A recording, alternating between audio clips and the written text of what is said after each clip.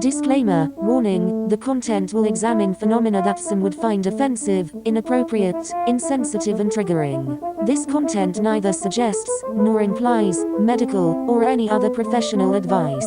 This is a light-hearted discussion of a comedian and his therapist friend engaged in hypothetical conversation on Black mental health and race. In no way are the following views and content associated, or affiliated, with this, or any other, platform that this podcast may be accessed. All information and opinion are independent expression of free speech that a reasonable person may freely consider adapting or opposing in their own paradigm.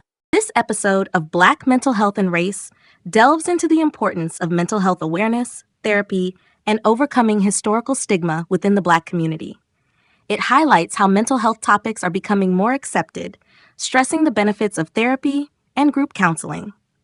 The hosts discuss how historical exclusion from psychology and counseling has impacted Black individuals, emphasizing the role of epigenetics in intergenerational trauma from slavery.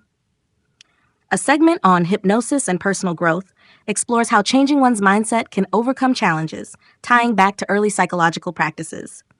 The episode critiques misinformation, conspiracy theories, and distractions like celebrity news, which can divert focus from important issues. Topics like the flat earth theory and beliefs related to mass hypnosis are linked to the broader influence of technology on mental health and critical thinking. The conversation then turns to accountability within the Black community, discussing how leaders and public figures face scrutiny and the importance of self-improvement and discipline. Reflecting on societal distractions, the episode urges listeners to stay focused on constructive discussions and avoid unproductive narratives, especially with the upcoming U.S. election, where voting choices will have significant impacts. Finally, the episode emphasizes the importance of managing stress, making sound decisions, and seeking help for mental health. It closes with a reminder to focus on personal growth and unity while acknowledging the complexities of collective struggles. Hola, hola. Let's do the greetings one more time. Assalamu alaikum, brother. Peace to the God. Peace to the universe. Okay. Our subject for tonight is going to be mass hypnosis. We don't have to stick to the subject, but let's see where this rabbit hole takes us. We spoke about last week legal double standards. That was the title I came up with. Apparently, it wasn't a good title. We only had 5 listeners this week. I hope I didn't say anything to piss anybody off. Well, I mean, I think that sounds about accurate. I mean, I think the most we've had is 10. So about we average. had 10 2 weeks in a row. Let me, besides the disclaimer that we give, should also inform any of our listeners, and we're always happy to have listeners, whether we have 2 listeners or none or 10. We're always encouraged that anybody would listen to 2 Black men discuss mental health aspects and race. I think growing up here in America, brother, it is an integral part of our existence, our reality.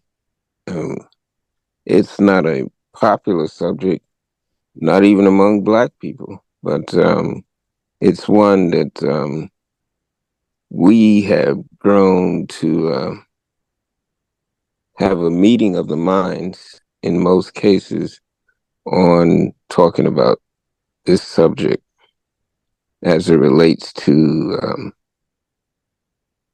just trying to survive and thrive in a world that's has the odds against us.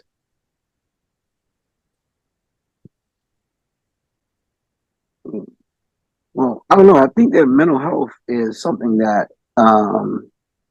is becoming more and more talked about. Yes, sir. And it's something that more people are becoming exposed to. Hmm. Is not like it hasn't been here, but it's just not what people have called it, right? Particularly in the Black community, it's not something that people were really educated about, um, and so they just didn't have the tools, the resources, or the education to properly deal with mental health and mental health issues. So, Absolutely. is um, making a it's making progress um, and becoming less taboo to talk about. Indeed. Um, I was listening to Brilliant Idiots with Andrew Schultz and Charlemagne the God. Sometime I like a little laughter, and they Charlemagne the God was saying that there's going to be a Black Mental Health Expo here in New York City. I think it's either coming up or it was today. I may have missed it. Ah, maybe it's the 18th of No, October you missed it, you in big Times dummy. Square, Marriott Marquise. Let me see if I can find that while we have our discussion, brother. Um, so he's he said it's one of his biggest charities, um, the promotion of mental health issues for everyone. Mm-hmm. Yeah. He talks. He's a very big advocate of mental health and Hmm. very transparent about him seeing his therapist and Black people going to therapy. Right. It was taboo back in the days. In fact, we were supposed to be so strong that we didn't need. You don't need that shit, brother. We were very dissonant in terms of accepting that as a health issue. If it wasn't physical, if it wasn't hurting you in your ass, it could not be possibly um, going to take the Black man down. So it was a lot of ignorance in terms of therapy and how good therapy is, including group therapy. That's one of the experiences I had that was very helpful to me in terms of alcohol recovery, substance abuse, and um, depression, major depression. Um, it was very helpful. Yeah, I don't think that historically Black people were strong because they didn't go to therapy and because they didn't deal with mental health. In fact, I think it was kind of stupid Hmm. um, to have that position, um, whereas their counterparts were seeking therapy the whole time. Um, Exactly.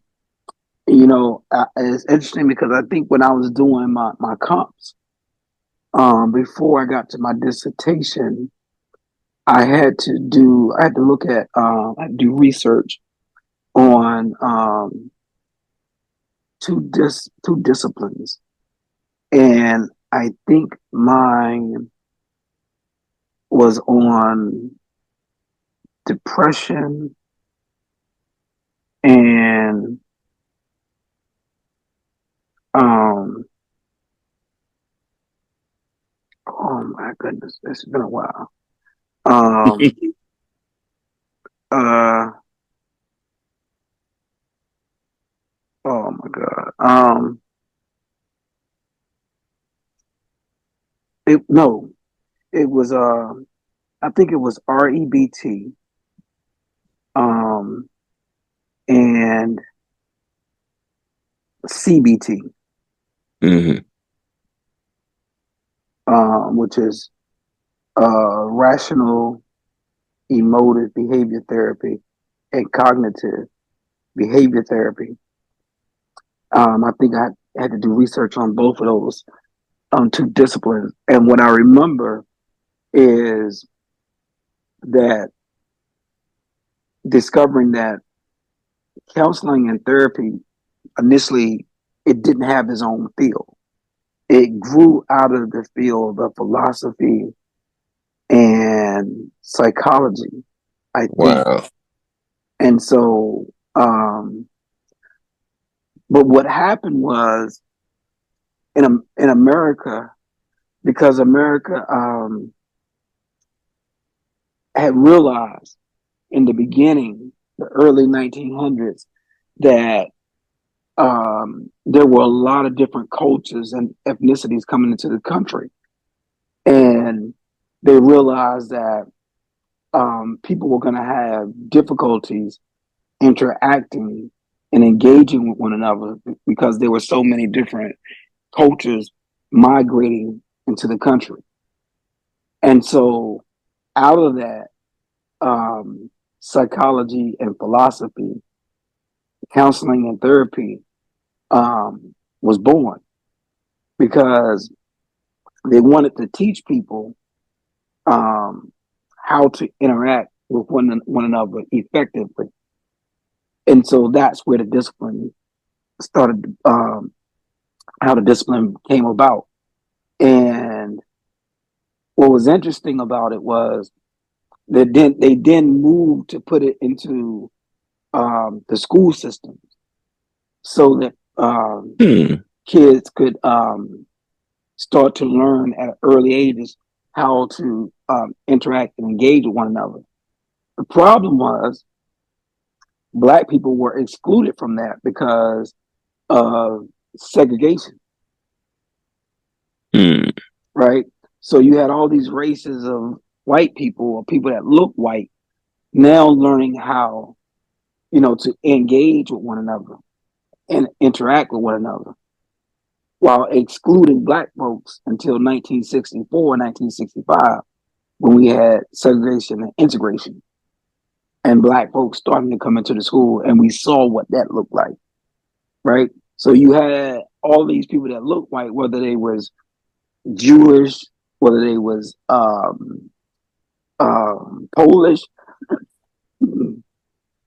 whether they had come from Spain or Ireland, they all looked white, right? And so they all were Hmm. able to interact with one another in a more proactive way, you Hmm. know, as opposed to Black folks, Hmm. right? And so Black folks missed out on that piece for a very, very long time. And you and I know, both know that while it may seem like 1964 or 1965 was a long time ago, it really wasn't that long. Not at Uh, all. right.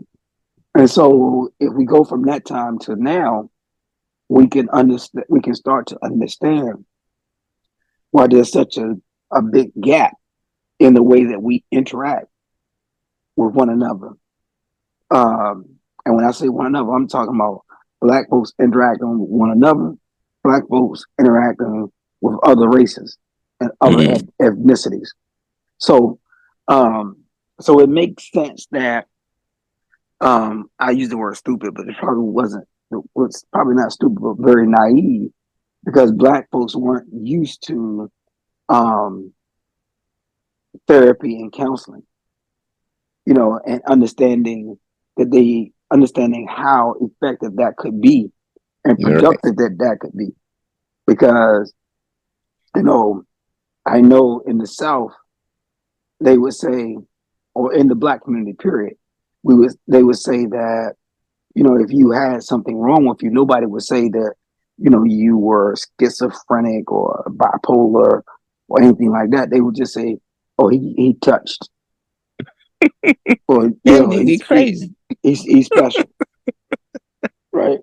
And so you would be a little off, but you ain't need to go see anybody. You ain't need to take Right. any medication, You just kept that nigga in the room. right? Or he came out, or she came out, and they just got picked on. Boy, if elevator don't go to the top floor. Yeah, The sharpest knife in the drawer. right. All of the stereotypes. Yes, sir.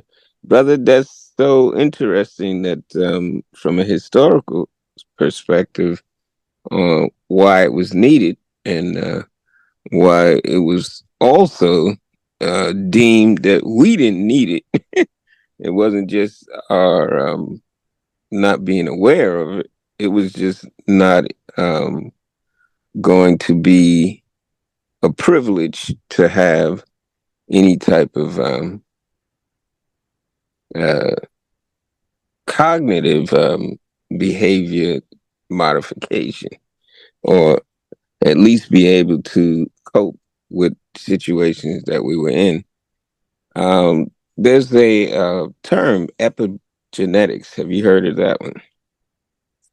I I have heard that word. Dr. Joy DeGruy used it as well to um, give some type of measurement stick on how Black people, even though they're no longer slaves, and uh, even some, especially young people, think that's ancient history, and it wasn't even 100 years ago yet. The the the epigenetics are what's and they've measured this in psychology.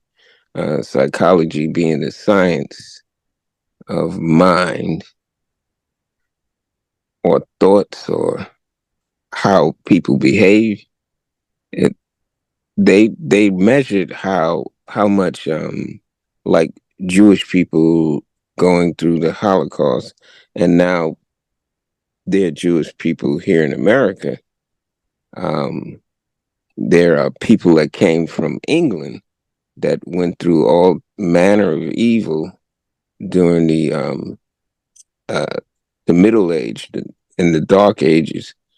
But all of that trauma and stress, they can measure it in people today who never had one iota of that experience, who are thriving here in America, but they can see by the DNA in the gene pool that they are from a lineage of stressful situations. That's amazing. Well, I think there are some people that it's all relative, Mm, and because it's not all um, Jewish people, all people who have been through something, and they all just somehow miraculously have done well. Some of them have done well, some of them not so much. Um, I don't know if you've ever heard um, Hillary Clinton's story um, about her relationship with her mom and how her mom abandoned her. But and what her how her grandmother and the relationship her grandmother had with her mother. But um, I'm saying it to say that um, I think in listening to Dr. Joy DeGaru, what she was talking about was there is a sometimes it's not sometimes all the time, even though you were a descendant of, let's say, slaves, but you weren't directly a slave, right? But you still could be impacted by slavery and what slavery did to your ancestors, right? So, for example, I am 4 generations removed from slavery, right? So that Yes, sir. means my grandmother, who just passed away, I think this is going on the second year. She just passed away maybe 2 years ago. But her grandparents were born into slavery, right? So if her Mm, grandparents were born into slavery, you have to think about what impact that had on my grandmother's mother, mm. right? Yes, sir. So that means that her mother was 1 generation removed away from slavery. And so if her mother was 1 generation removed from slavery, think about what that did to my grandmother and Mm. how it impacted my mother, right? So Yes, sir. no, not so while I wasn't born into slavery, I'm not that far removed from the traditions of slavery that would have come down from slavery. Exactly. And the way she mentioned it, it wasn't that it was the all in all. That epigenetics was the like the chemical or biological aspect of what people's trauma, um, how it passes on in the genes. Because there's also, like you said, the historical trauma that become, we've all somehow escaped from now, or at least um, we're in a better situation than we were 100 years ago. Um, Maybe, maybe not. true indeed. It's So highly speculative um, right, to say that. And then there's the we got the mental, we got the historical, and then we have the political. Just in terms of whether you want to recognize that you're black or not, you can't get the same privilege when you go into a bank to get a loan. You can't get the same privilege when it comes to access to education, so forth and so on. So there are multiple aspects of distress and trauma of slavery, and for European people in their history, there has been stress and trauma that they've carried forth. The one interesting thing that you started the podcast with is the historical context for why they combined philosophy and psychology and all of these different sciences to deal with the interactions of Europeans with each other and how they would be able to coexist, even though they're from different cultural backgrounds, different experiences as immigrants. That was very interesting. You are listening to Black Mental Health and Race. I am your host, MF Doug AF, and my co-host is Dr. Moore. Have you ever heard of the song Gangster? Let me see who it's by. Kalani. You ever heard of this song, brother? I don't know it by name. I might know it by sound. Let's play a little bit of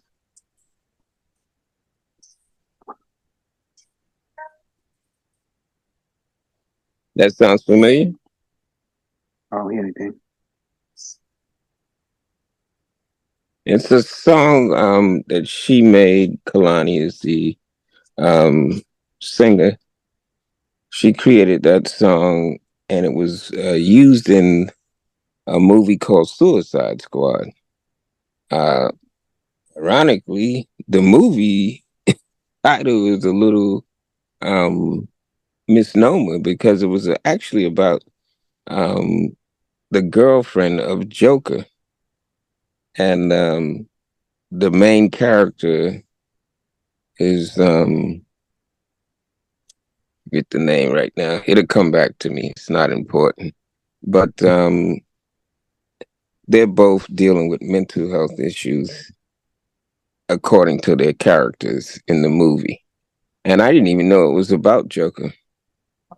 And I didn't know why I kept hearing this song in my head and I kept singing it. So what they what I discovered this week is there's something called an earworm. You ever heard of an earworm? The term earworm? No. Ear as in EAR, worm as in WORM, all one word, earworm. I don't think so. The psychological term for when a song or a specific part of it gets stuck in your head is called an earworm, or involuntary musical imagery. Earworms are catchy parts of songs, like a chorus or melody, that replay in your mind repeatedly, often without your control. This phenomenon is quite common, and researchers have studied why it happens. Okay, so this is it kind of coincides with the 808 beats. You can put something, particularly like the popularity of Michael Jackson's Beat It song. It had sort of a quality of an earworm. This song that I just played, Gangster by Kalani, has such an appealing hook like that it just, when you just hear the song, I need a gangster. So this song just constantly playing in my ear. So my next question to you, brother, is do you believe in hypnosis?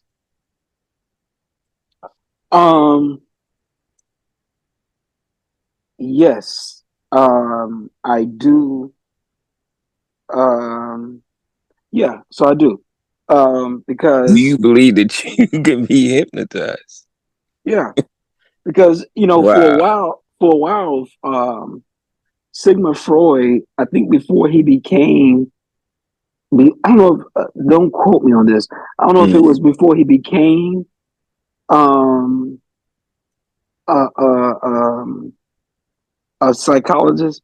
Mm-hmm. Um, he studied hypnosis for a very long time, either before he became a doctor or right after he became a doctor. So, yeah, I do believe to be hypnotized. In fact, I use that. I use a form of that, and Mm. have used a form of that um, all through my academic life. Wow. That's interesting. I guess I would be one of those black people that didn't believe in it. But Well, go ahead. so I will explain it to you in the way that I utilize it. Right. I want Mm. you to think about the um the who's your most famous actor or actress of all time? Oh, whew. Most she. It's a good question. Okay, so Let's see why? somebody popular. Actress. Let's go with what's the black lady in the one that just won an Oscar? Viola Davis. Not her, but we could use her. What's the other one? She was in the Whitney Houston and Tina Turner. She played Tina Turner. Oh, oh my God. Angela is it Angela Angela Bassett? Oh, Bassett. she is beautiful. Oh my God. Woo. Yeah, yeah, beautiful, beautiful, phenomenal lady. But so I want you to think about it. I'm gonna give you that scenario, and then I'll give you my personal scenario. So Mm-hmm. whenever they are going to play an actress or person. Mm-hmm. What they do is they go into they study the person. They do this research on the person. Mm-hmm. And then what they attempt to do is become that person. Right? And so Mm-hmm. you see them, there's something they call going into character. Right? And so Mm-hmm. they will almost leave who they are and go into character. And you won't even recognize them. You could physically see them as who they are, Mm-hmm. but they'll be in such character throughout throughout making the movie that Right. you can't recognize them as who they Right. are because they literally become another The person. character. Right. Right. So so I believe in hypnosis in that sense. Now, the way that I apply hypnosis is, you know, when I want to um, conquer something, right, or become something, then I put myself under a particular hypnosis to get through what I need to get through um, in order to get it done, right? Mm-hmm. So, for example, when I was going through my doctoral program, I realized that I couldn't get through that program being who I was.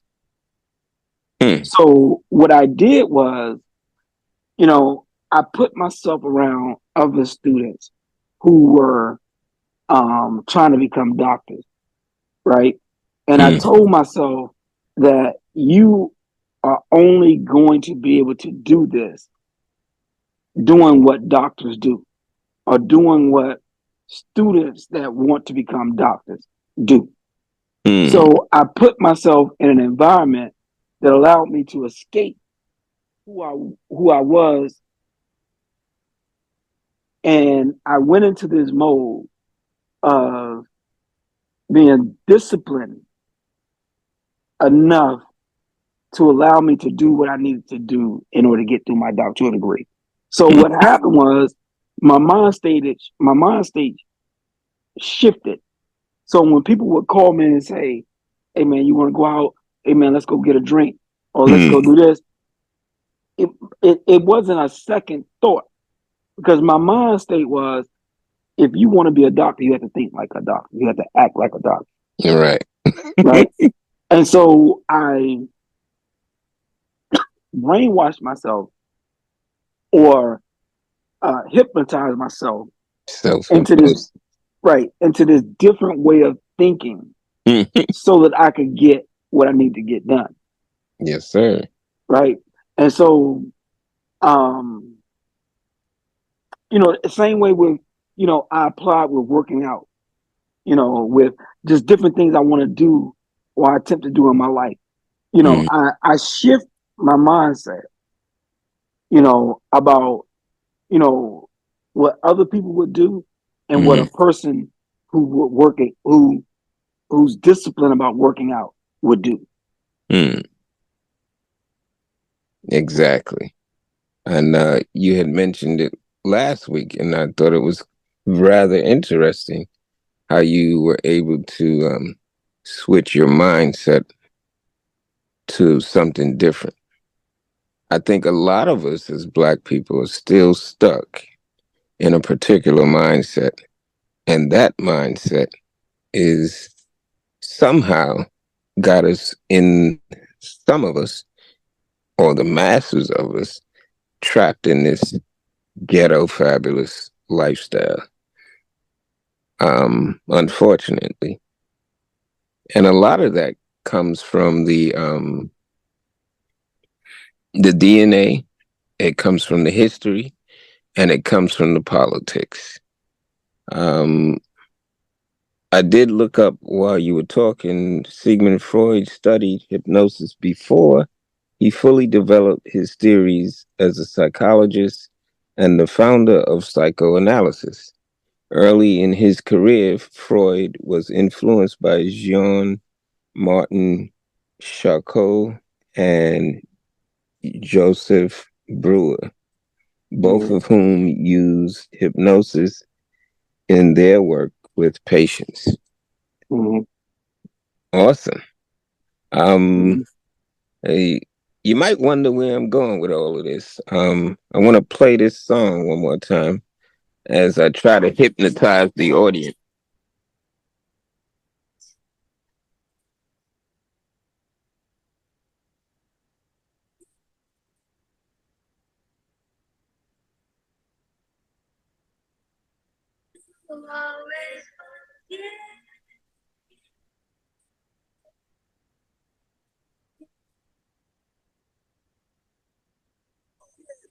All right. So that's the song that should get stuck in your head. Um, you won't feel it today if everyone would bear with me.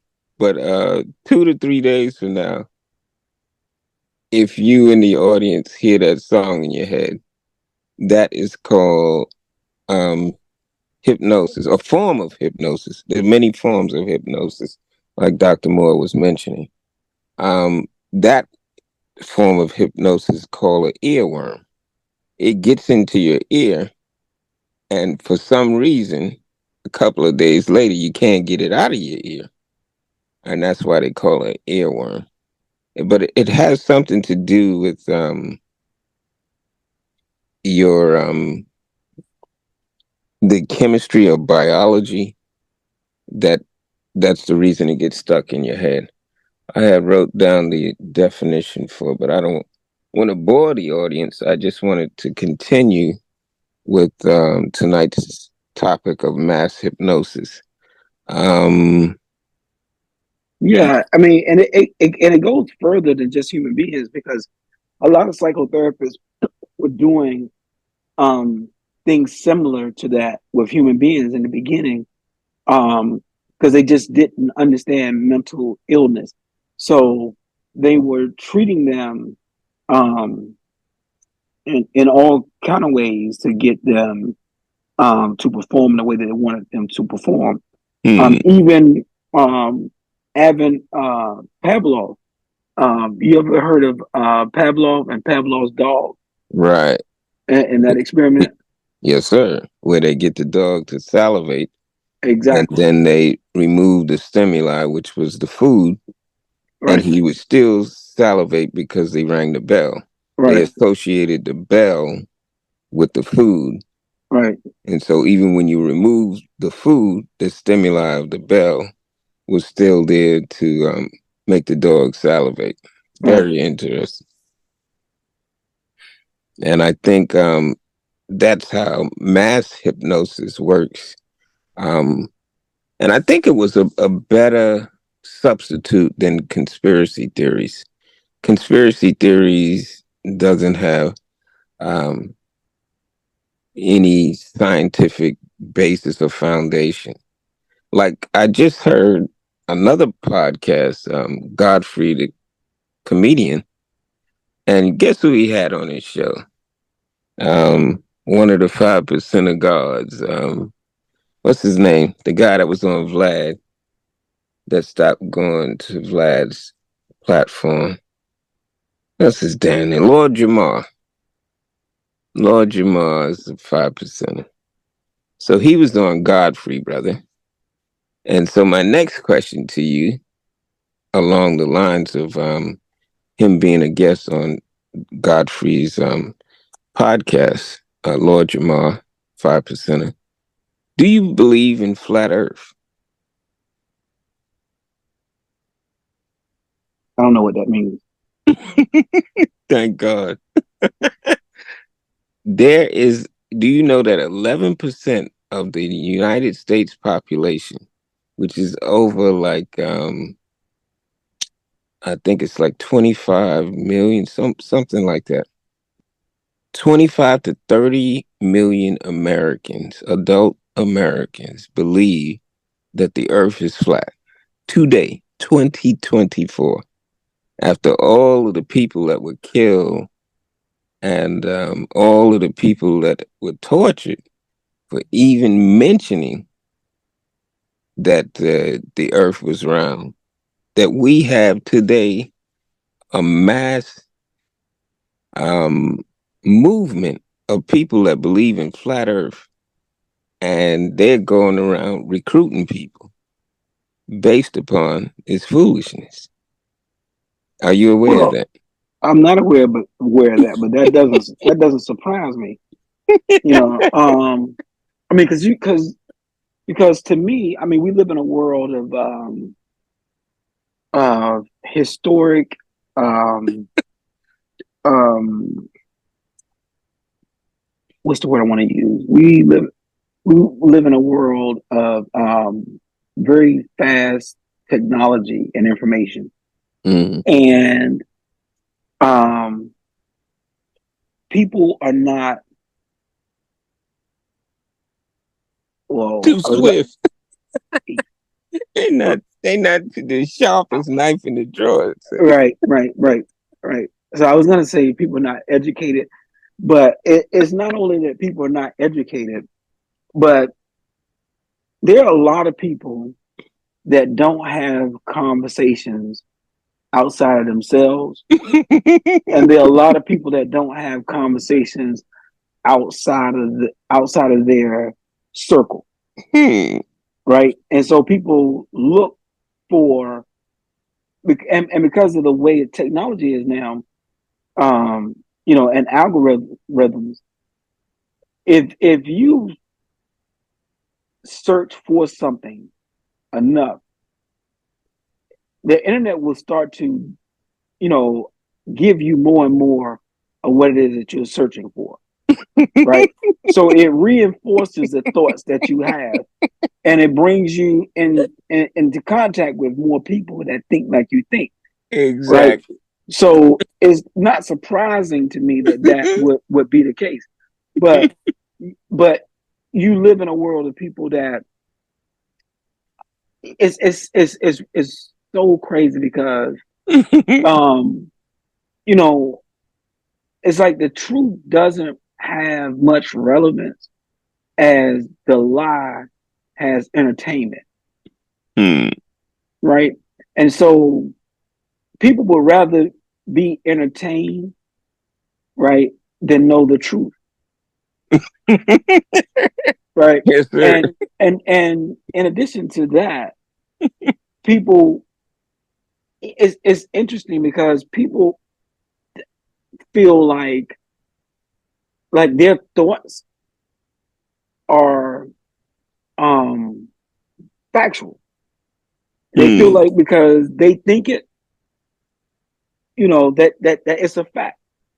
And I've seen people with no accountability on podcasts talking about the ideas that they have in their head, right? And then they just put it out. And I remember talking to you before I went to college, and I remember talking. And you said something profound to me one time, and you said, "Bro, I just want you to know, it's easy to sound intelligent to a fool." And Yes, I don't know if you remember saying that to me. yes, but sir. but I listen to people all the time, talking to people that don't know any better. And I mean, for example, I look at people like Donald Trump, who just says things. He just says it. They're eating the dogs. The Haitians are eating the dogs. And they're eating the cats. And, it's just, he just says the, He had the nerve to say that during a presidential debate. Bro, look, the other day He was that serious. That's what I'm saying. He was in Detroit. He was in Detroit a couple of days ago at a rally. And what he said while in Detroit, he said, if you all elect that woman, the whole world is going to look like Detroit. I mean, I heard that song clip. how ignorant, how ignorant. I mean, because Detroit is what, like 78% black? Yep. And they said the city is run down because of the blacks. And so it's just, it is just so crazy. He just constantly says, just says these things. Says stuff like that. That's why I was gonna get to the who I had to, like, after last week's podcast on legal double standards, I had to find out who are these people that believe in this man and why do they believe in him. So about 85% of his followers that's backing Trump, they're evangelicals. They believe in the return of Christ and the rapture, like Pentecostal Baptists, but white Baptists, not us. White Baptists, white Pentecost, and these people that are prophesied in the future. Which gets me to my next question. Do you believe that the 2,000-year-old Jesus is coming back to smite the earth, brother? Bro, well. So I'm looking, brother. Let me explain something to you right now. And Brother Robo used to talk. As soon as we said something stupid, he look here, brother. Yeah, exactly. Honestly, okay, let me answer your question directly first. Yes, sir. No. Emphatically no. Emphatically no. And then secondly, I believe that because here's the thing. If Jesus was gonna come back, right? Why do I'm trying to hold my composure because I almost wanted to curse. Right. But if Jesus was gonna come back, right, tell me why he would go to a mega church. Right? Tell me why he would go to a church where the reverend is dressed immaculate, has security, has a Mercedes, has a plane, private jet. The congregation is dressed nice to the T. Tell me what business he would have with those people that look like they already saved. Right? They're thriving, brother. Right. Now, so if he came back, why would he go there as opposed to the homeless shelter? Right. We're gonna get to that tonight too. All right. So that's one aspect of it. Mm-hmm. The second aspect of it is, if he came, how would you know that he came? What would he look like? Right. And so if he came, you wouldn't even know he was here if he came, because you wouldn't know what he looked like. That's right, Muhammad. Right? Yes, sir. And the last part of it is, and to me, I believe that he's already here. Amen, brother. Amen. So what we see here is these earworms can get in your ear and cause you to behave a certain way. Thank God for psychoanalysis, so that we could figure out how to cure you of your delusions. But we're talking about mass hypnosis tonight. This is Black Mental Health and Race. I am your host, MF Doug AF, and my co-host is Dr. Moore. Let me give out the number right quick.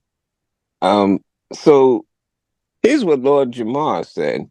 He said that the earth is flat and that the earth is not moving. And we know from the lessons, brother, that the earth is traveling at the terrific speed of 1,037 and a third miles per hour, which he studied, which he had to repeat as a 5%er. Now, I don't necessarily have to stick directly to the supreme wisdom lessons, but they do give you a blueprint of what you need to study. If the earth isn't traveling at 1,037 and a third miles per hour, you need to find out why or how fast it is traveling. But he's saying, and it was shocking to hear this from him, because he's a pretty on point brother in other respects, in terms of the black man and our plight here in America. But in this aspect, he believes now, from what he learned from the YouTubers that push this flat Earth theory, that the Earth is a sphere or a disc, and it's not moving. Everything else around us is moving except the Earth. The Earth is not standing still. So I got one exercise for everybody out in the universe to try tonight. If you do believe in flat Earth theory, I want you to try this. So, I saw my granddaughter. I was babysitting my granddaughter, and she would just get up, brother, and spin around, spin around, spin around, spin around, until she gets dizzy and drop on the floor. And I'm like, yo, what are you doing? Stop that. And I'm trying to get her to stop, but she is tickled to death by her equilibrium being distorted that way. So I asked the AI, why does the a person fall to the floor after they started spinning? And they said it's a bone in the back of your ear that controls the balance of a human being. And when you spin, spin, spin, you are actually activating that bone. And what it's going to do is gravity is going to take over, because your equilibrium is off, and you're going to fall to the floor. Now, according to, if we believe what the flat earthers believe, that the earth is not spinning, or even if some of them believe that the earth is spinning, but it's a flat disc and not a round ball. But if you do that experiment at home, if this was a flat earth, you're supposed to be, when you spin till you can't spin anymore and you get dizzy and fall, you should fall to the side, laterally, horizontally, not down to the ground. The reason that we fall down to the ground is because of gravity. And that's how you know the earth is spinning. The only thing that's keeping us on this earth is gravity and inertia. But I don't want to bore the audience like that. I just want people to understand how mass hypnosis works and how an earworm works. There are things that are going to get planted in your psyche. And if you don't have the right discipline, as Dr. Moore would say, if you don't give yourself a better mindset than you have now, if you're not able to place yourself outside of your reality, you're going to be trapped in these delusions. You're going to follow people that don't know too much themselves, that are not very intelligent, that are not very smart, and you're going to be one of their followers. How about that, brother? Well, I don't know about all that, but Highly speculative, but I well, thought it was interesting. Mass hypnosis. massive hypnosis maybe, but the um psychology of what you told me about Lord Jamal. He's a psychoanalyst, brother. Yeah, sounds like it. But I could tell you this. Tell him to drink a fifth of Hennessy or a fifth of Remy, and the world will spend the same god doggone way, and he'll still drop to the damn floor. He don't believe it's spinning because he said he don't feel nothing. Like, that's that weed, brother. That's that ooh wee you smoking. Yeah. Well, see, this is If you don't, again. This is what I mean when I talk about when I say, we live in a world of technology and information. And when you are having conversations with yourself, it's easy to sound intelligent, right? And just because you believe it, it don't make it so. I mean, what has he studied outside of his own thought process? What is he? YouTube. What does he math that up against? Where's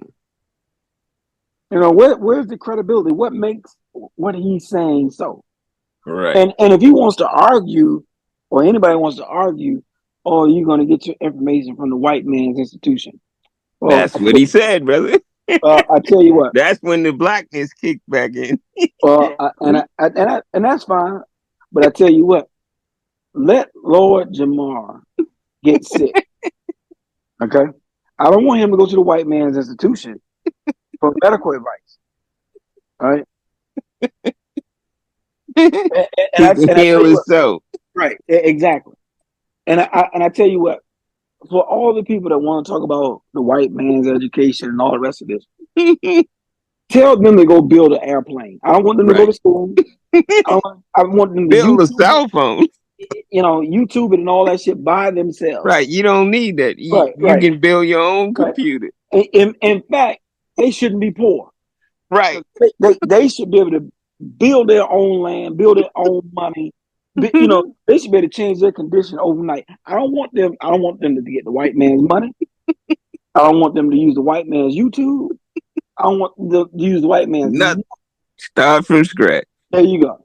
Just because if all of what they want to call the white man's institution education, if all that bullshit and they know everything, I want to look at where they live, what they're doing, and how that is benefiting them. How is that rewarding them? Brother, we got a lot of work to do.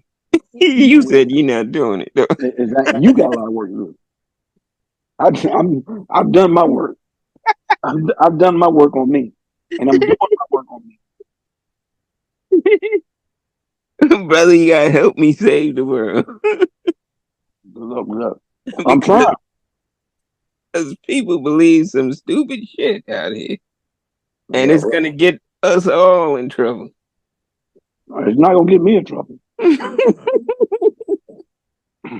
gonna come knocking on your door with a Bible. Please do. You gotta let them in, brother. Please do. I will. I promise you. And I promise you, I won't have to ask them to leave. I guarantee you. I promise you, they will leave voluntarily. The white man. I remember there was these Mormons come through my old community. Come on in. Man, I used to welcome that. They would come in my building and knock on the door. Man, I'm telling you, You I would, walk them down like a dog. man, bruh, have a seat. And they start telling me about Joseph Smith. Man, I'm telling you, bro, they'd be so happy to leave my. They used to be so happy to leave my apartment. That's what my father used to do. he, he would he would invite the Jehovah Witness in and argue them down, boy. Boy, and he had that West Indian accent. You feel blessed, my Christ. How could you believe that? Ah, man. But I had to put a little laughter here because we're going to have to get into a serious conversation, brother. Diddy has been denied 3 times, thrice, as the scriptures say, bail. And I wanted to entertain an aspect that most people are not looking at. Diddy is the first person with a RICO charge, brother, not to defend him in the least. If he's done any of these accusations against minors, he deserves everything that he's getting and experiencing.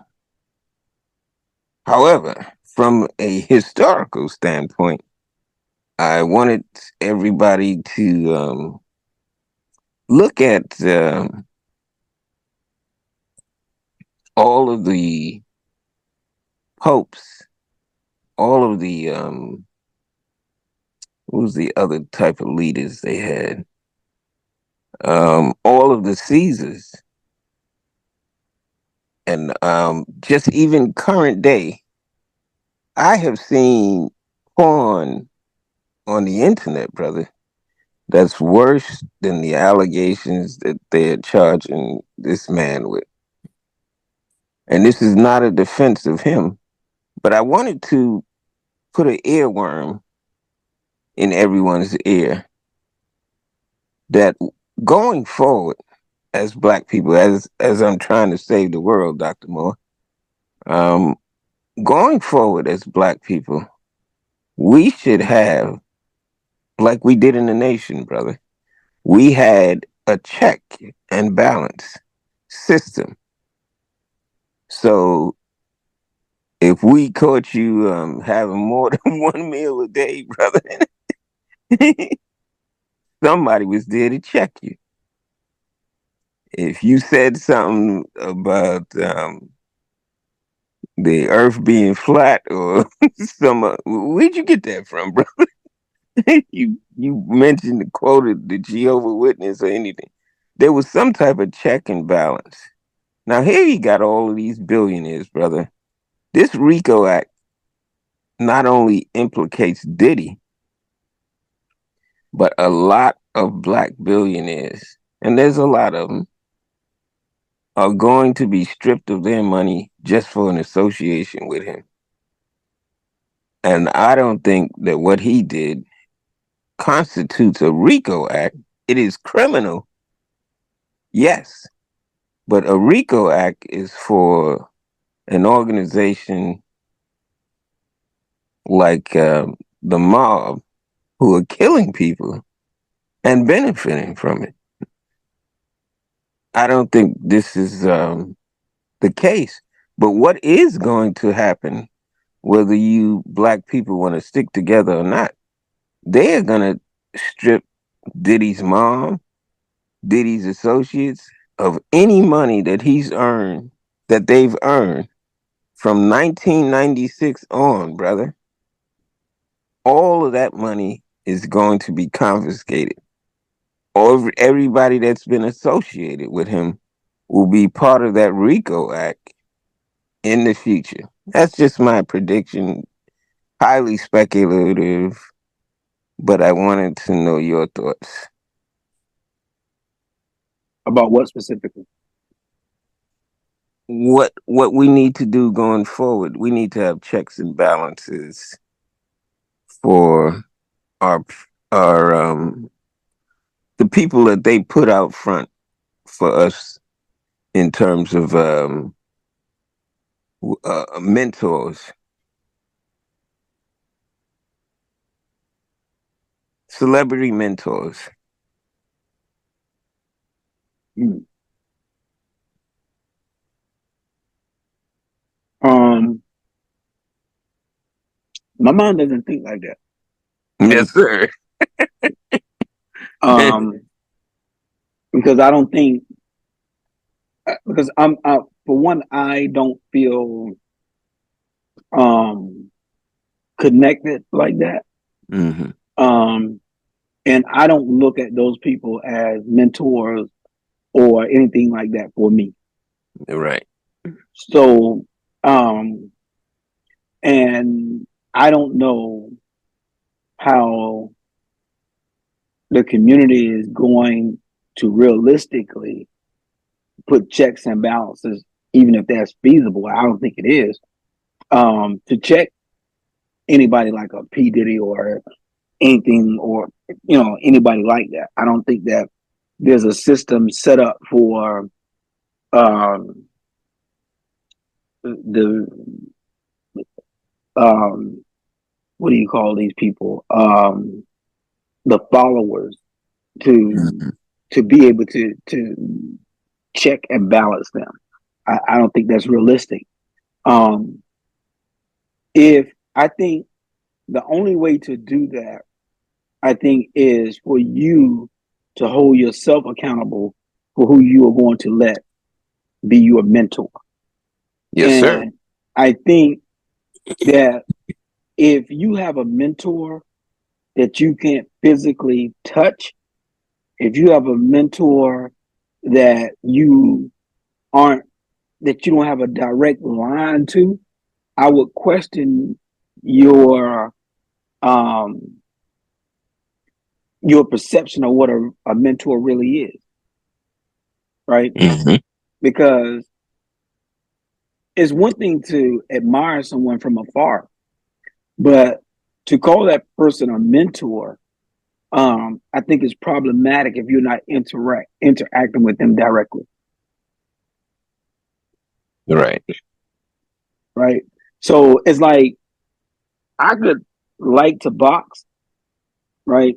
But I couldn't realistically say that Muhammad Ali is my mentor, right? If he's not directly teaching me how to fight. I could watch his film, you know, I could watch certain people, films and things like that, but I couldn't, if he's not the person that's in the ring that's teaching me, he's not really my mentor, Hmm. right? I could mimic my basketball game after Kobe, but Kobe isn't really my mentor, Right. right? Unless I could do like Kobe and go to Michael Jordan and say, "Hey, show me how you do this. Show me how you do that." Hmm. That's not really my mentor. Right. I'm really just admiring that person, right? And so, while that may have been the case in a nation where a person could, check you, but again, that's directly. It's not Mm. indirectly. And unless you are able to touch somebody directly, there's nothing you really are going to do that's going to impact them, Mhm. in my opinion. Right. I'll say this: right, wrong, or indifferent. The nation, um, we had the drills, which are the marching drills, cadence, count your cadence, count off, and the parade dress, and all of this other drilling, military drills for marching. It was a mental stimulus to keep us all thinking in the same way. They told us to line up. This is FOI class. Line up.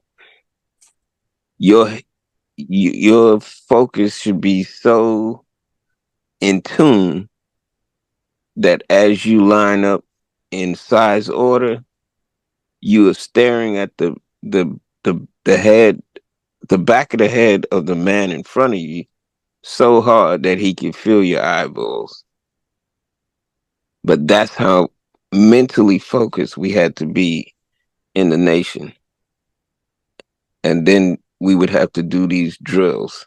So that was like a physical exercise, but it kept us mentally bonded. Even to this day, they don't know how the nation still is so cohesive, even though we're all separate individuals. But that was one of the exercises that we used to do.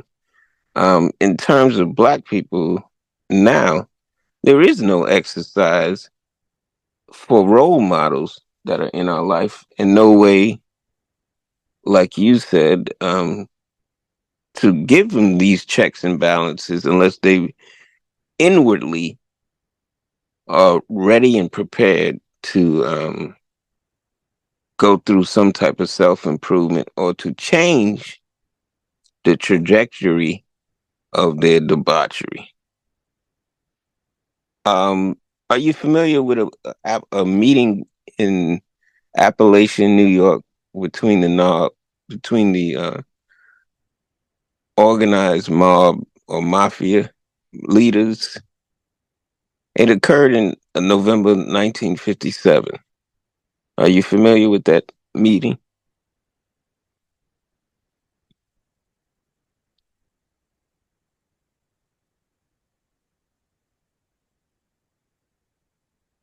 Let me read this while you get back to me. Oh, I'm sorry, brother. The Appalachian That's okay. Meeting, also known as the Appalachian Meeting, was a significant event in organized crime history that took place on November 14th, 1957, in the small town of Appalachian, New York. This was a meeting of major mafia leaders from across the United States, organized by Vito Genovese and hosted at the home of Joseph Barbara, a known mobster. Purpose of the meeting. The purpose of the meeting was reportedly to discuss various mafia business matters, including territorial disputes, the distribution of criminal operations, and plans to replace certain leaders. Organized crime figures from various families attended, including those from New York, Chicago, Buffalo, and Cleveland. This gathering was meant to strengthen alliances and resolve conflicts among the Cosa Nostra families. Okay. If you'd like to hear more about the Appalachia meeting, you can look it up. Appalachia is spelled APPALACHIAN,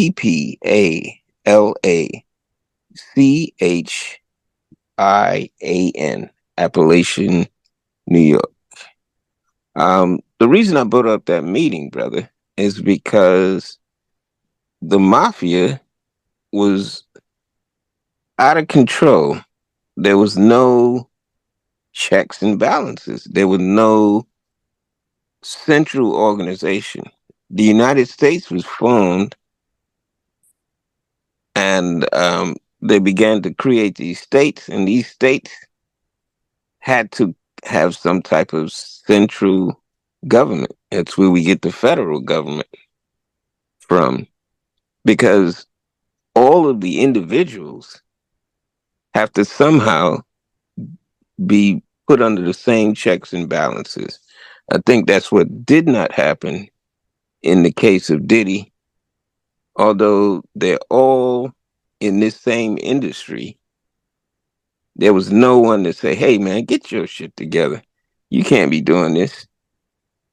They said that, what was his name? Denzel Washington was at one of these parties, allegedly or supposedly, and he got on Diddy for what was going on. Like, yo, what are you doing? So he checked him. But it's amazing how most of this went silent.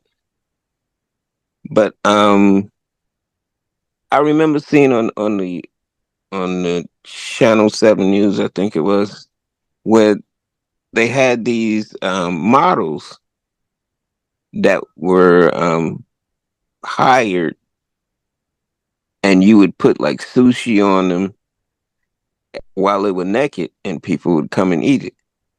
But now they're showing this um, happening at a Diddy party as a crime. I remember a lot of women doing this for business purposes. But as I state again, I'm not trying to exonerate P Diddy in any way. I am trying to suggest to us as Black people, as you suggested at the beginning of this podcast, in order for the immigrants' influx into the United States, in order to form a more perfect union, what they used was psychoanalysis or cognitive behavioral therapy in order for us to get along and become a powerful nation. Are you still with me, Dr. Moore, or did I lose you?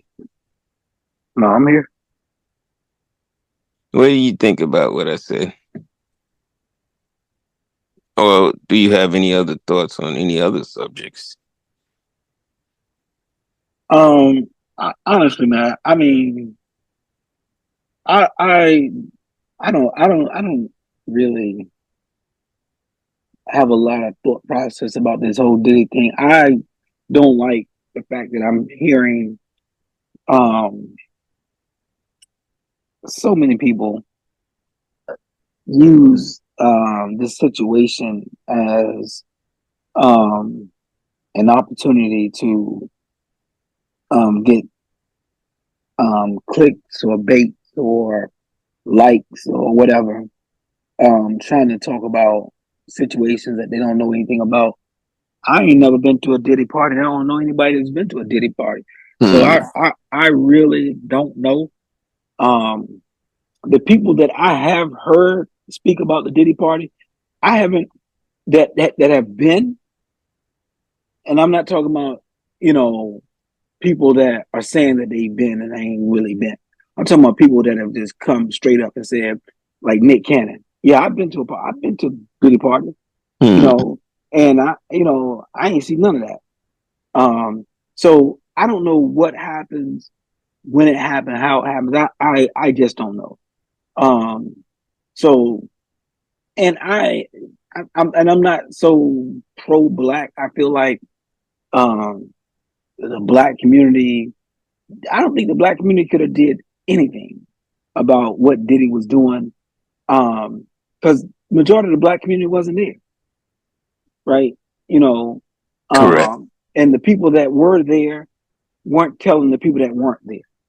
So I really don't know enough to say anything, particularly anything intelligent about the baby oil, people having sex with men and women. I don't know anything about trafficking. It's interesting because I thought about and had a conversation with someone about what might be considered trafficking, right? Hmm. And there's this thing now where they call it's called being flown out, right? Hmm. So I understand that guys fly women out to their um towns or their cities, to be intimate with them or whatever. And I don't know if that's considered trafficking, Hmm. right? If they are of legal age, if they are consenting, you know, and they are flown out, is that trafficking?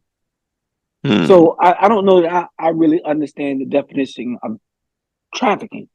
It was my assumption that trafficking would have meant like underage people, Right. underage, that was trafficking. But I don't know if bringing in a mistress is trafficking or not, or, Right. or mistress or mistress, mister or mistress. Either way, um, if they are of consenting age, Right. I don't know if you're trafficking them or not. You know, um, Which is why it makes the um the charges kind of like trumped up charges. It's much ado about nothing. But the main theme of tonight's episode is this mass hypnosis. Diddy, in his situation, criminal or not, is one of those earworms. We're not going to be able to get this subject out of our head. And I wanted to discuss why it's stuck in our heads, no matter how we want to dismiss it or ignore it. It's going to be there for a while, and probably purposefully. We have an election in less than 20. Is it 20 days, brother, before the election? It's November 5th or 6th. Right. And what's the day? It's less than 30 days before a major election in the United States. And the main topic of discussion is one, the Diddy situation, and two, Kamala's not black. So here are two earworms that have put black people on the wrong path of self-improvement, on cohesion, on checks and balances. And it's a powerful mass hypnosis, if you ask me. Well, if you ask me, Yes, sir. it is not at all on my radar. Right. I But that's why you're thriving and most people are not. You have the discipline to discern and leave shit like that alone.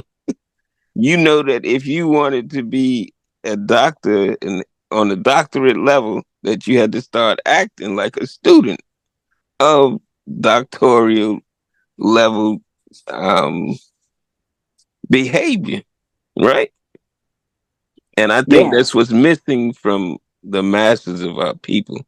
We still stuck in a mentality. This is Black mental health and race, and if I could assess the problem that we face and discuss it and put it out in the universe, that would be my dissertation, brother,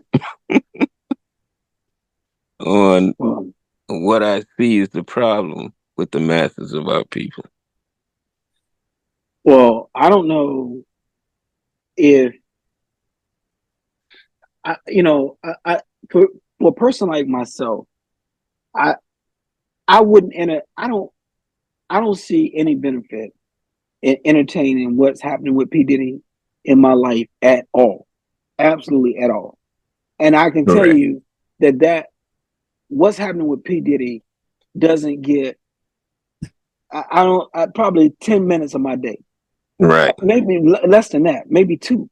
Doesn't get 2 minutes unless I pass by something or stroll through something that. But I wouldn't even. I wouldn't even click on that. I don't even click on Right. that.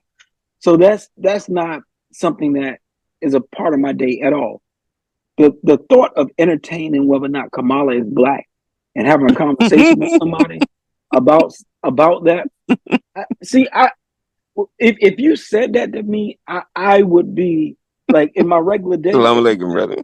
If you said to me, well, you know, she ain't a black person, I wouldn't entertain that. I would move right past you. Walk off. Right, because to me, I would look at you like I was in a barbershop and then getting a haircut, and one of the barbers is drunk, and he was trying to make a political statement, and he's talking about Kamala and Trump, and he called Kamala a penis sucking bee, and he called Trump uh, uh, pee getting N word. Right. And he said, he was like, well, so I ain't trying to get into nobody's politics. I'm just saying, He's whoever you like vote, Lord Jamar, bro. whoever you voting for. And I said, you know, Funny that you said that because that was something else that Lord Jamar said on the podcast. Kamala isn't black, but you see the theme here. People with these delusional theories, you understand the type of behaviors that they're gonna exhibit. There was a movie called "Stupid Is as Stupid Does." And for a long time, I wondered what exactly that meant. So when you look up the definition of stupid, it pertains to the person. But dumb, stupid versus dumb, when you look up the definition of dumb, it is more in line with an activity. So stupid is the person, dumb is the activity. So the person has to make wrong decisions to be considered doing something dumb. It's interesting that the same people with the same flat earth or the rapture or evangelical or this or that are doing the same certain behaviors, exhibiting the same behaviors. And that's where I came to the point of who are these people following Trump? How could he have such a large following? And it's from people that think like that. If we can end this part of the podcast on the talking a little bit about the election, we'll leave Diddy alone. Um, your thoughts, Dr. Moore? on the election, or did he? The election. We're gonna leave Diddy alone, as you rightly suggested. We shouldn't spend 2 seconds on it, but I had to show how earworms work, how hypnosis works, and how mass hypnosis works before we approach the subject of politics and this major election year. 2024 will be picking the next president of the United States, and there's a lot at stake. And this is going to be a historical win, either side winning, because um, if Trump is elected, he's going to do the very thing that he suggests about Detroit. He's going to screw this country up worse than it's ever been. Well, here's what I say. About In my earworm. opinion. Let me say that. I'm sorry to cut you off. Here's what I say about earworms before I get to the election. Yes, sir. If you allow, foolishness to get in your ear, I just want to ask you at the end of the day, how is that working out for you? And how are you benefiting from that? Right? Because to me, that should be your cutoff point. Because if you are serving your day thinking about P. Diddy, and what's happening with him, and the likes, I would argue that you probably don't have much going on in your life. You're probably not that productive. If you right. are, if you are spending the majority of your day wondering whether or not Kamala is really black, you're probably not that productive. You probably need, right. You probably need to look at your life and ask yourself, well, what am I getting out of, me spending my time going down this rabbit hole. And I suggest to you nothing. Nothing. Brother, you may have just saved at least 230 million people. I doubt it, but but I think that is I think that is a sheer waste of time. It's just a sheer waste of time. And now if we're moving on to the election, yes, sir. I'm not encouraging people to vote for Kamala. I am asking, but I will say, a vote against Kamala is definitely a vote for Trump. And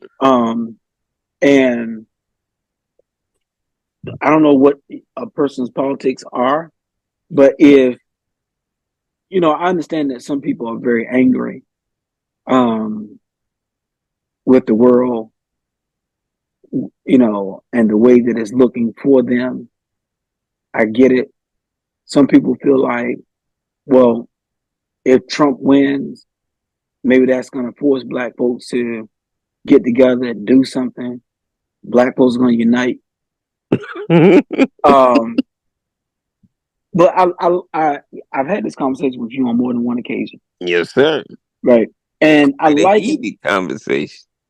Yeah, and I liken that I liken that mentality, and the reason why I say it doesn't work and I think it's foolishness, because I don't know if you've ever been incarcerated or ever been to jail or whatever, but it's almost like saying, well, you got more prisoners than you do guards. So why don't all the prisoners get together? Right? It's just not feasible, right? And that's so a very good point.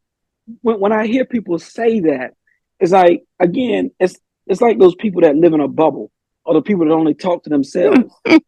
Right? And so they think they have a good idea, or they think that they're thinking something smart, but they really aren't. Right? And they aren't really talking to anybody outside of themselves, right? And so that's why when they say, if you're the smartest person in the room, you need to leave the room, because you can't elevate, right? So if you think all prisoners in a prison are going to get together and rise up against the small guards that are there, yeah, that's just ignorant thinking. It's not going to happen. It's not going to happen. I don't care how many Black people you have in prison. What's going to happen is they're going to stay in their groups, in their youth. In fact, somebody going to do some snitching. These niggas planning to get out of here. But that historically has always been the case. Look at even in slavery. Right. Look at Harriet Tubman, Democracy, Gabriel Prosser. I mean, and on and on and on. But John Brown. Right. DC gonna stick with DC. New York gonna stick with New York. The DC car, the New York car. I mean, Chicago gonna stick with, but even in situations where they say, okay, we might have to link up with Philly or link up with New York to go against these Aryan Brotherhood, right? They still gonna kill one another before they kill the guards. Before it's all over, they gonna kill one another before they kill the guards.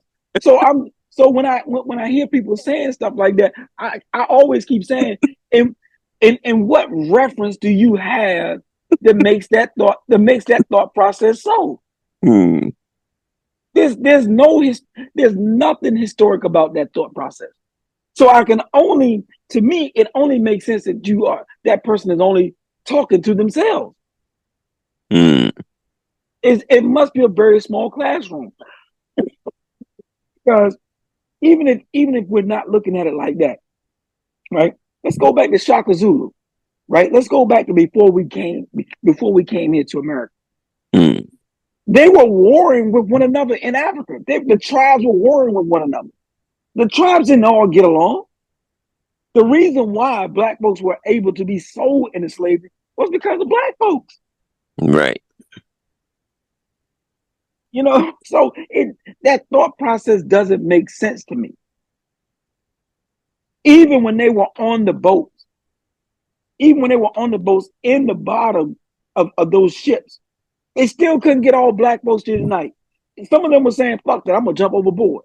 Some of them were saying, "You know what? Let's unite against X, Y, and Z. Let's unite." Let's bum rush the Right. captain. There was never a case where all of them was all on board. So to me, that thought process is just self-destructive. It's like wishful thinking. It doesn't benefit a person to think like that. Well, I have the solution, brother. It comes from the very first thing we discussed tonight, and that was the stress level. The level of stress that we're under makes us make dumb decisions. We are indeed, as a mass of people, stupid. And that stupid is as stupid does, meaning that the collective does not have enough intelligence to overcome their situations. But we can achieve something on an individual level if you don't want to suffer in the same ignorance as everyone else. And on that note, Dr. Moore, I'm going to put it in your trustful hands to take us home, brother.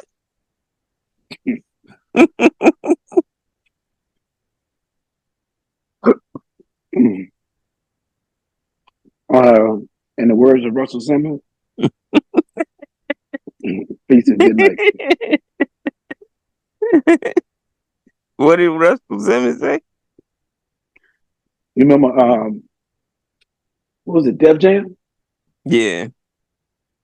And Martin used to say he should bring Russell Simmons up at the end of the night. Yeah, thank you. And And have a good night. peace God and good bless night. and have a good night. Thank you. God bless and have a good night. Exactly.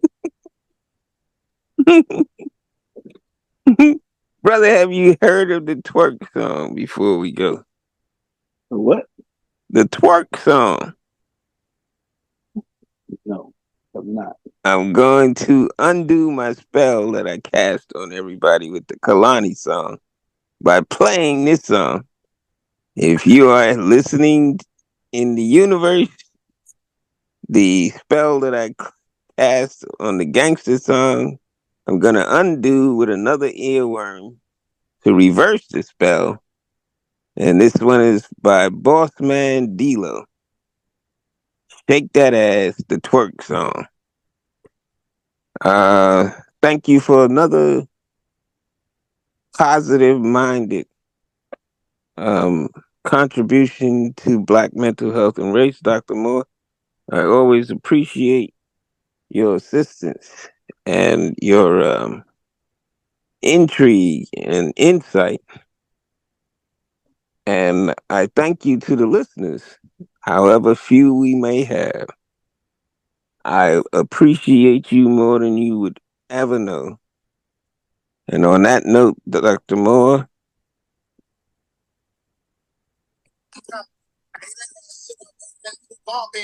you heard of this song? Nope. She made Patron with the OJ. She made some beer with the OJ. If you can buy PR, then he PR. Or maybe just basically take a place, spray the piece. Also, take a piece. I got pants in my pants. I told you. Pulling up for truck. That is Shake That Ass by Bossman D-Lo. This is the Never. song that has went viral I don't think he had any other song that went viral. It's got millions of views. That was another earworm. We have to be careful of mass hypnosis, and hopefully, as we go forward, no matter who becomes president, that we are okay in the universe. Bro, let me say this in closing. Yeah, yes, sir. You know, I appreciate this new terminology that you taught me tonight called earworms. But I'm gonna say your earworms concern me. Because I have not heard of either one of those songs. Neither would they be playing repeatedly in my head. In fact, you're telling me that this song has over 1 million views. I don't know who those millions, multi-millions. But I can tell you that I am not one.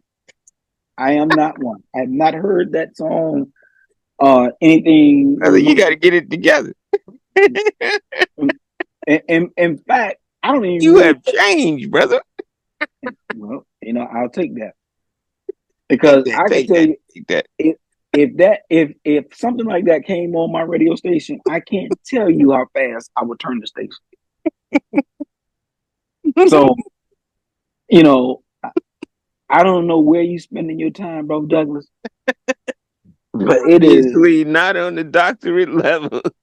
I've been making some stupid decisions. It is in some unproductive places, brother. Don't like him, brother. Wait, no, brother, that's not Islam. No, sir. Well, we're gonna pray for Lord Jamal, brother, and all the rest of you people out in the universe that need help. You need help. Get help. I told somebody the other day, seek help. You need it. If that's what you think, you need help. And on that note, Dr. Moore, we're gonna say, what did we say? I don't forgot what the hell we say at the end of this shit. See, I done erased everything. I didn't mean to erase my memory with the spell. How do we end this podcast? What? With peace and good night? Yeah. Yeah. And inshallah, we should do this again soon. Indeed. And you normally say peace and greetings to the audience. Peace to the universe. Peace to the God. All on, brother. All on. Call you back. Okay.